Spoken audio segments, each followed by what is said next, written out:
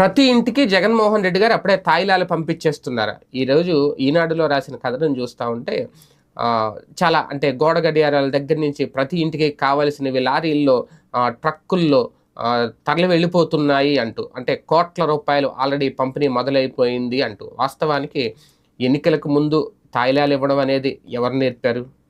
అంటే నీవు నేర్పిన విద్యయే గదా నీరజాక్షి అన్నట్టు ఏ పార్టీ హయాంలో మొదలైంది? అసలు ముందు పుట్టిన పార్టీ ఏది? వైసీపీ ఎప్పుడు పుట్టింది? తెలుగుదేశం పార్టీ ఎన్నాళ్ళ నుంచి ఉంది? రూ. 50 దగ్గర నుంచి మొదలుపెట్టి ఇప్పుడు ప్రస్తుతం 4000, 5000 వరకు ఓటుకి తీసుకొచ్చేశారు అంటే, ఓటు డిమాండ్ అంతగా పెంచేశారంటే ఎవరు చేసిన తప్పిదం ఇది? నిజంగా ఆత్మవిమర్శ చేసుకోవాలి అన్ని రాజకీయ పార్టీలు కూడా. అలాగని చెప్పి ఓటర్కి డబ్బులు ఇవ్వకపోతే ఓట్లేసే పరిస్థితులు ఉందా అంటే, అది ఓటు వేసే ఓటరు మనస్సాక్షిగా చెప్పాలి. అది ఆత్మసాక్షిగా డబ్బులు తీసుకుని ఓటేస్తున్నారా లేదని. అందరూ